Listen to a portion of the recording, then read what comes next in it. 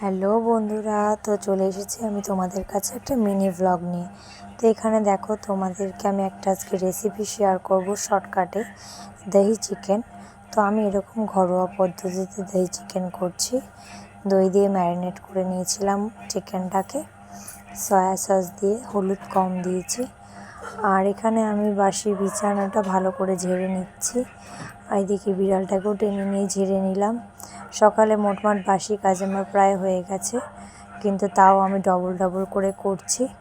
তো আবার বিছানা, বাচ্চা কাচ্চার ঘর তো ছড়ানো ছিটানো থাকে, তাই। এইখানে দেখো লাউ ডাল ভাত হয়েই গেছে।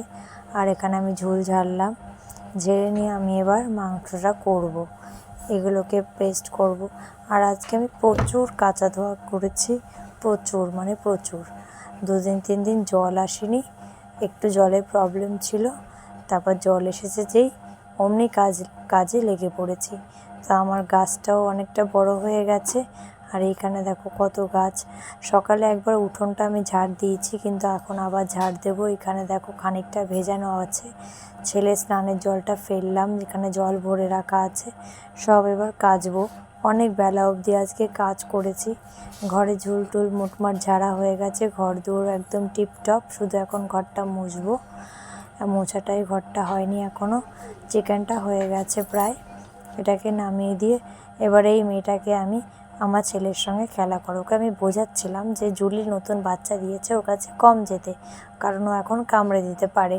তো হিন্দিতে বোঝাচ্ছিলাম, আমার হিন্দি অত ভালো না, তাই জন্য একটু হজবরলা হয়ে গেছে। তো বোঝাচ্ছিলাম। আর বিড়ালটাও ওর বাড়িতে থাকে, মানে আমরা শেয়ারে পুষি বিড়ালটাকে। তো এবারে বিড়ালটা চিংড়ি একটুখানি খোঁচা মারতে গেল, আর ওর উপরে তেড়ে গেল। এবার আমি আমার বরের কাছে চলে গেলাম। বাহুবলী আমার বর। বিছানা চাদরগুলোকে আমি কেচে দিয়েছিল, নিগড়ে দিতে বললাম। রেগে যাচ্ছে যে আমাকে ধরতে বলছে, আর আমি ফোন ধরে আছি। তা খুব রেগে গেল, কিন্তু তারপর ধরে নিয়ে আমি এগুলো কয়েকটা জিনিস মেলে নিলাম।